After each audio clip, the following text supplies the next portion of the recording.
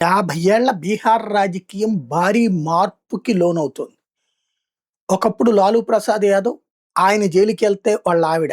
అంతే రాజకీయం. సుదీర్ఘ కాలం పాటు అలాగే నడిచింది. ఆ తరువాతన ఆయన శిష్యుడు లేదా ఆయన సహచరుడైనటువంటి నితీష్ కుమార్ ఆ కూటమిలో నుంచి బయటకొచ్చి పెట్టినటువంటి వ్యవస్థతో అధికారం మారింది. లాలూ జైలుకి వెళ్ళాడు. సుదీర్ఘ కాలం పాటు నితీష్ కుమార్ ముఖ్యమంత్రి. 20 సంవత్సరాల నుండి కూటమిలో మార్పులొస్తున్నాయి తప్ప, ఆయన ముఖ్యమంత్రి పదవి మాత్రం కొనసాగుతూ వచ్చింది. మెజారిటీ లేకపోయినా సరే, మైనారిటీలో ఉన్నా ముఖ్యమంత్రి అవుతా వచ్చారు. ఈ ట్రిప్ కూడా మెజారిటీ ఆయింది కాదు. First place BJP, second place ఈయనది. కూటమి కాబట్టి ఈయన్నే ముఖ్యమంత్రిని చేశారు.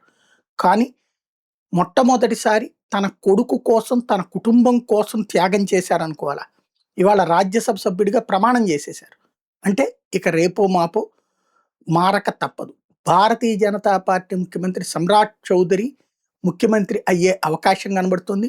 వీళ్ళ అబ్బాయి డిప్యూటీ సీఎం అయ్యే పరిస్థితి కనబడుతుంది.